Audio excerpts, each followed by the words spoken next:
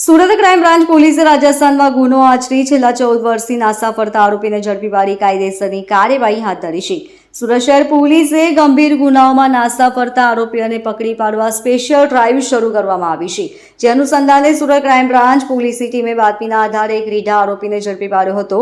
રાજસ્થાનના ઉદયપુર જિલ્લાના ઋષભદેવ પોલીસ મથકમાં આરોપી વિરુદ્ધ અલગ અલગ કલમો હેઠળ ગુનો નોંધાયેલ હતો. પોલીસે આરોપી પ્રકાશ લલુભાઈ પૂનાવાલાની મૈદરપુરામાંથી ધરપકડ કરી છે.